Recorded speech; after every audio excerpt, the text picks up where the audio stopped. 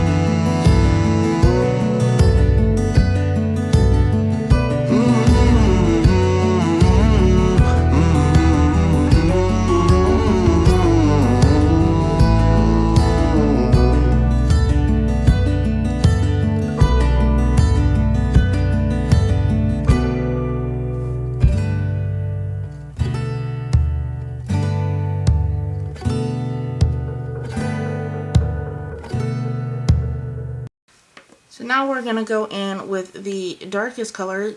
I'm using YG83. And we're going to just start. Now with this one you want to be very careful with your dark color. You don't want to go up very high at all because you have all this, pretty green happening. You just want to get this very bottom area with just a bit more depth. And so I'll just, and you want to really flick when you're using this one. And you can see how you got some nice dark gradient colors happening. And we will be going back in one more time with your medium color before we call it good. And that is just to get more of a gradient effect between this dark and the medium area.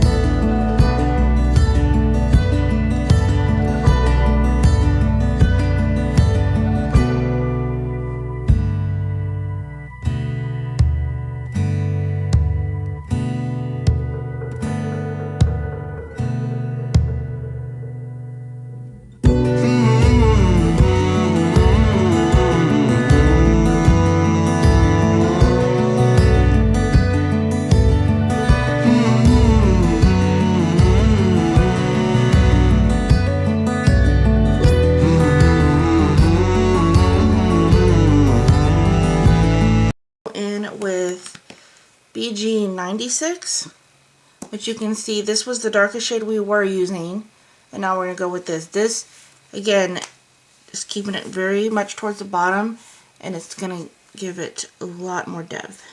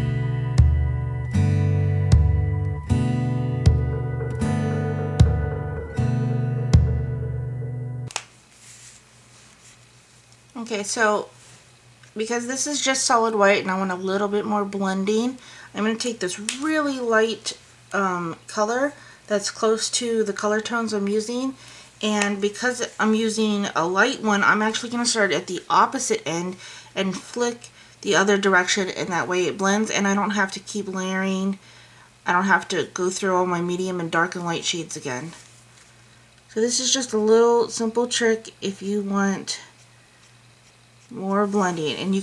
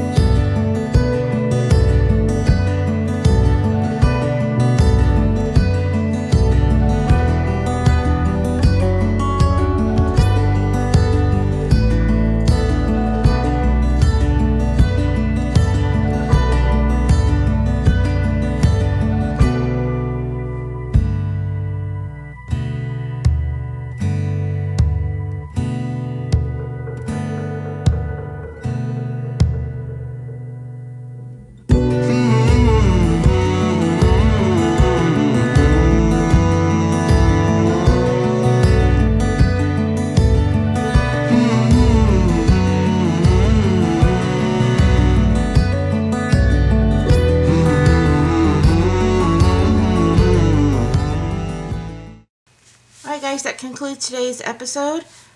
I hope I was able to help you with your Copic coloring, and please tune in for our next Creative Weekly Wisdom, and have a great day. Bye!